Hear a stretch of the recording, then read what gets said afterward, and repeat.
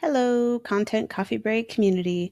So Valerie asked a super good question today, and it was about content curation versus content creation and some of the tools that people use to help with that. And one of my comments on her question was saying that I actually use a content curation tool to streamline my content creation process.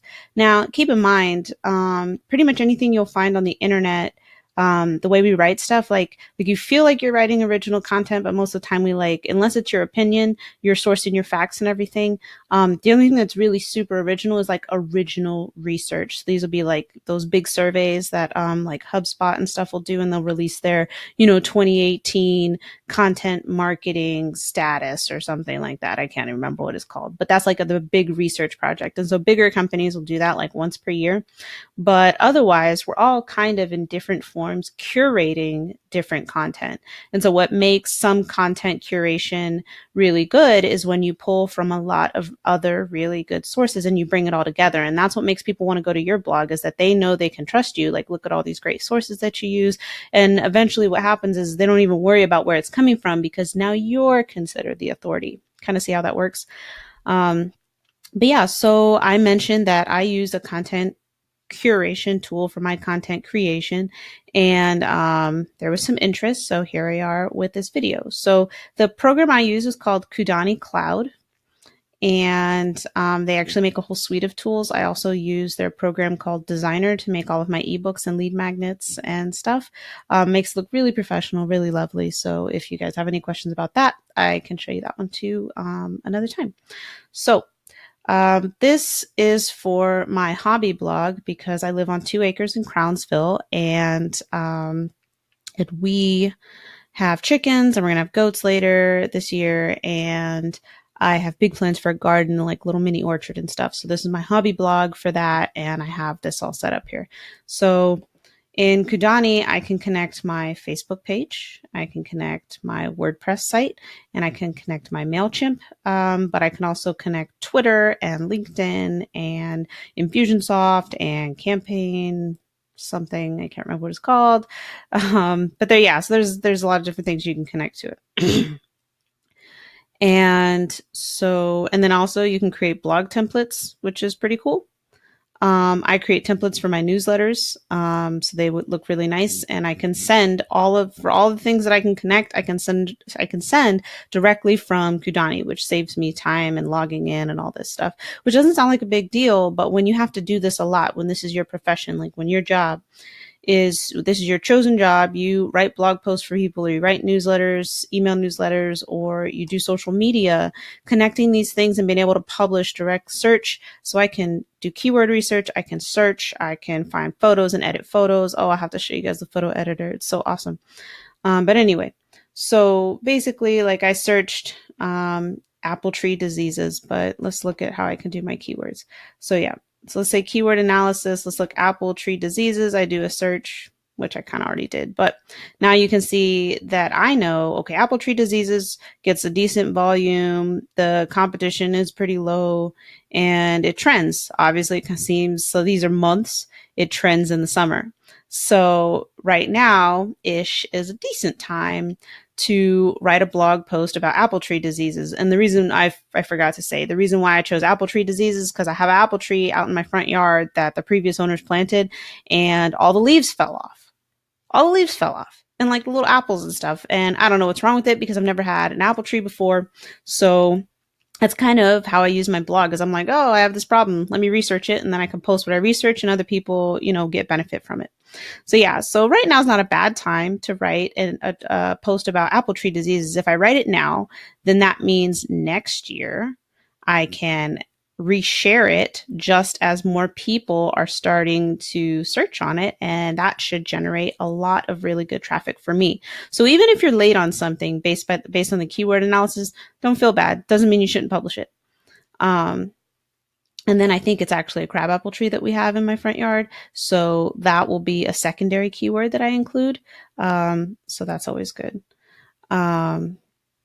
Yeah, so my screen's cut off because I'm using my Surface to record this right now, but you can check the boxes, and then at the bottom, which you can't see, it says add to add as a primary keyword as a secondary keyword. So like I would actually add crabapple tree diseases as my secondary keyword, but it'll auto populate here. So now I'm going to say that crabapple, crab tree, crabapple tree diseases will be my secondary keyword. And what'll happen later is I'll come back into this tool and I'll actually be able to analyze my content, my S for SEO, and it'll give me all the stuff, some info. And then Kudani's made by people across the pond. If you're here in the United States, they are over in England. And so they actually did spell analyze right for them. They also give you their title generator. And these are all the frameworks for titles that they found get the most clicks, that do the best. So you can see like 3 important facts about apple tree diseases, and 3 must-have apple tree diseases resources, and 3 myths in 30 minutes. And yeah, so it just takes your keyword or like the phrase that you want to work around and just kind of tosses it in to these frameworks. And you can, let's say we choose them. Let's say, yeah, I mean, that doesn't make any sense, but now it's my title. See, so I can just go in there and edit it and make it make sense. I'll change the number. I'll do this. I'll do that, whatever. Okay. So I've done my keyword research, and now I want to generate some content, right? But I need sources. I need good sources to generate my content from. And so I'll go over into my search tool that I can search on apple tree diseases and get all the top ranking stuff. Now, one of my favorite parts, so I end up with a lot of tabs open when I'm doing research, which is irritating because I don't want to forget anything, right? But one of the best parts about this tool is that I can click on, I can click here, enter, and I can just copy. Not only does it copy the information for you, it also copies the link. How many times have you had a good piece of information and you forgot where you got it, right? You forgot where you got it, and now what? You don't want to use it necessarily because you don't have a source for it. And especially, and this is particularly important if you're writing this for a client, because you have to deliver the most tip-top stuff. But now that content is directly copied into my editor and it's got the link. No links lost. And so the way I normally set things up is I'll have my title, and then I'll make an outline, and then I will do searches based on my outline and fill in these sources based on my outline. And so what I did was I typed apple tree diseases in here, and now I'm trending for the last 360 days. So these are the top articles, right? But I can also change it to videos, and I can directly embed videos, and I can change it to web and news and search on those instead. But yeah, so it's Facebook, LinkedIn, Twitter, Pinterest, and Google Plus as far as those go. Hold on. I'm going to have to... My surface is a little strange as far as how I can do some of my applications. So now it is fixed. All right. So now we're back with the editor. Now let's say I need an image. How much time have you guys spent searching for images? Am I right? So yeah, so I can go in here, and they've already sourced, these are some of my old things, but they've sourced from Flickr, Pixabay, Unsplash, WikiCommons, European, and Splashbase. So they've already gone through and hooked you up with a lot of the different places where you could potentially find images that you're going to want to use. So let me just put apple tree in here. I actually, for this blog, I take a lot of my own pictures, but for my business blogs, clients and stuff, I need to use the stock photos, but I'm just going to search apple tree. All right. Yeah, right? Look at these lovely photos. Isn't this great? Apple trees, right? Let's see. Let's use this one. And now I'm going to say I want to edit it, right? You guys are going to love this. Because, I mean, I'm not a graphic designer, but doesn't mean I don't want to put out nice graphic designer looking things. Of course, the fact that I've even said that probably just tells any graphic designer that I'm not a graphic designer. But I think it looks nice. So yeah, so it's going to load the photo up in here. I probably need to do a scrub of this computer because it's taking so long lately. I hope everyone's had a nice weekend. Come on. We're getting there. Okay, there we go. All right, so now we're looking at the image, right? So I can crop it, I can rotate it, resize it, I can give it rounded edges, I can change the color. There's all sorts of stuff I can do. One of the things that I do, I save templates. I need to save more. But if I add this, if I use this template, since I've saved it, it's now I just go in and I'll say, I can go in and change these words, right? And I'll say apple tree diseases. But the 2 acres on a dream part is still the same. Diseases. Yeah, so that part's still the same. And oh no, don't do that. Anyway, but yeah, I can change the color of this little red box. Now the red box pops against this background. It goes with the red there. It also, I think red is one of the most clicked on colors for Pinterest. But yeah, so I'll just move these things around a little bit and center them. And maybe I want to add something else. Maybe I want to add in some words up here. But then also there's another thing that I like about the photos. So this is a big deal when you guys use stock photos. This is a big deal because we start to see the same photos. I've seen some photos I've used on Forbes because we're all just going to the same place looking for things. So sometimes you can just make a little change to a photo and people don't recognize it and it looks different now, right? Let's see. I don't know if that one's gonna... I guess I'm still trying to move too fast. This surface is dying. It could be that I'm recording myself while I'm trying to do this, and that's what the problem is.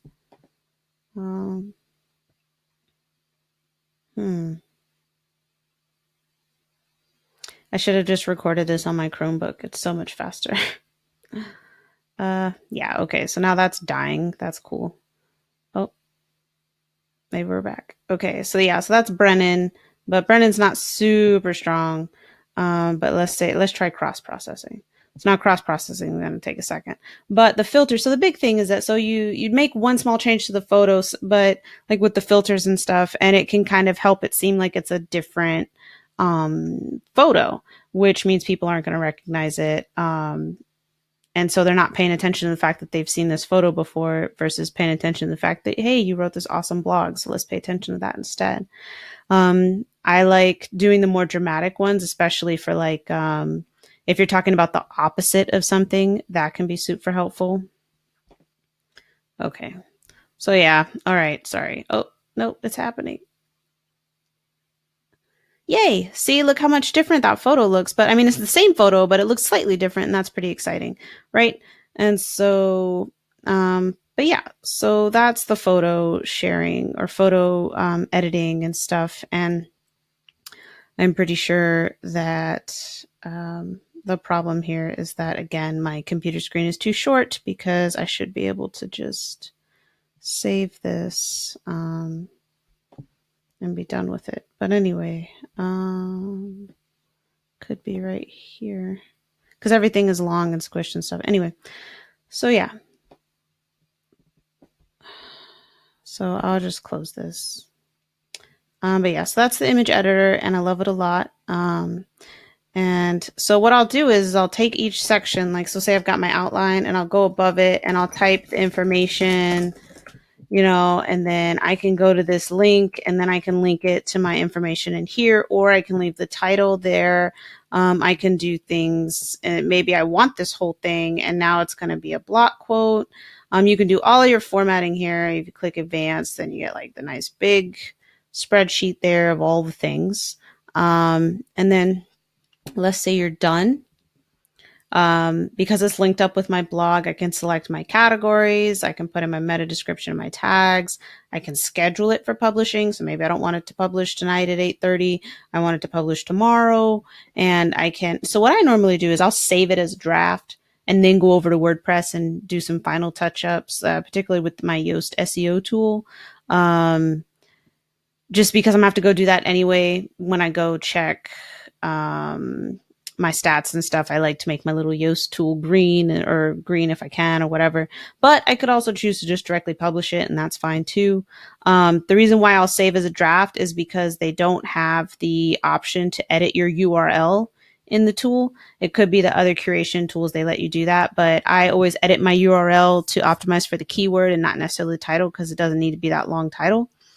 And then, yeah, and once I hit like save as draft, it'll ask me if I want to boost it or if I want to amplify it. I'll say yes, and I'll create a few social media posts for it, which is awesome because I can use content from right here and copy it into those snippet editors, and then they'll publish as social media. Yeah, sorry, this was so fast. Here, you know what? I should probably, let me show you real quick the newsletter tool. So yeah, so I'm going to clear that out, and I'm going to select my MailChimp list. And this way you can create branded newsletter templates. But yeah, so this is mine.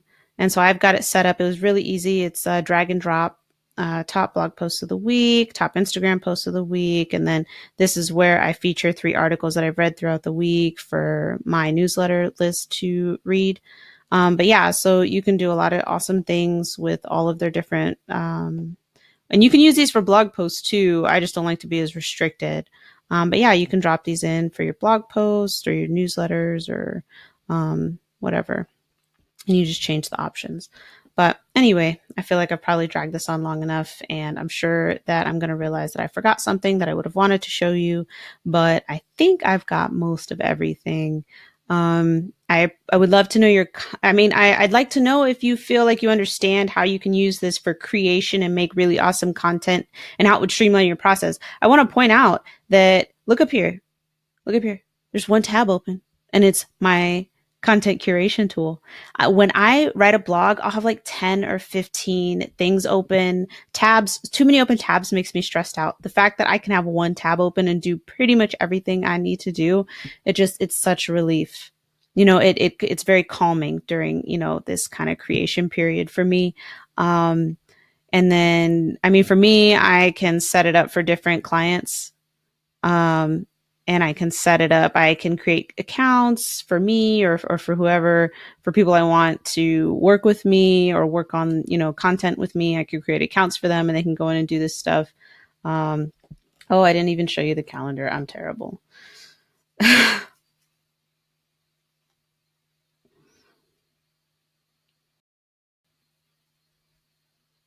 My battery is running low. Okay.